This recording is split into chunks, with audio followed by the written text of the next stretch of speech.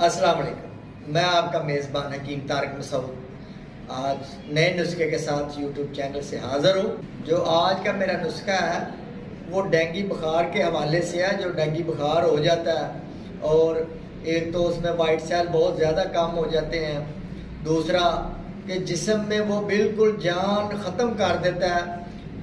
10 से 15 दिन 20 दिन जो है बंदे से हिला नहीं जाता, बुखार कम नहीं होता।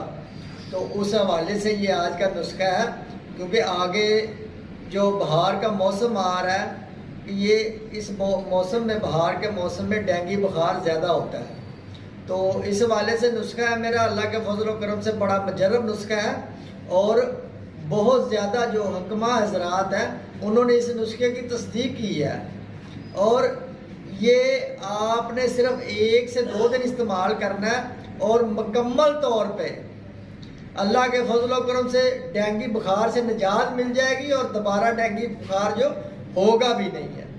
तो इस हवाले से जो नुस्खा मैं आपको बताऊंगा वो आम नुस्खा है, आम सी चीज़ें हैं, बाज़ार से बआसानी मिल जाती हैं पंसार की दुकान से। जिसमें सबसे पहले आपने लेना है अफसस्तीन 100 ग्राम, छिलका जो है रीठा, छिलका रीठा आपने 100 ग्राम ले लेना है। 7 गुलू खालिस ये आपने 100 ग्राम लेनी है। फड़कड़ी सफ़ेद जो फुली हुई होती है वो आपने 100 ग्राम ले लेनी है। इन सब का सफ़ूब बना के 1 ग्राम के कैप्सूल भर लेने हैं आपने, सुबह दोपहर शाम। सिर्फ ये 1 दिन इस्तेमाल करें, अल्लाह के फजल व करम से डेंगू बुखार से मुकम्मल निजात मिल जाएगी।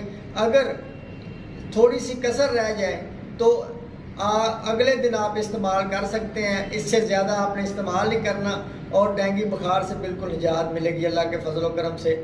अगर मेरी वीडियो अच्छी लगे तो मेरे चैनल को सब्सक्राइब करें, लाइक करें, बेल आइकन पर क्लिक करें।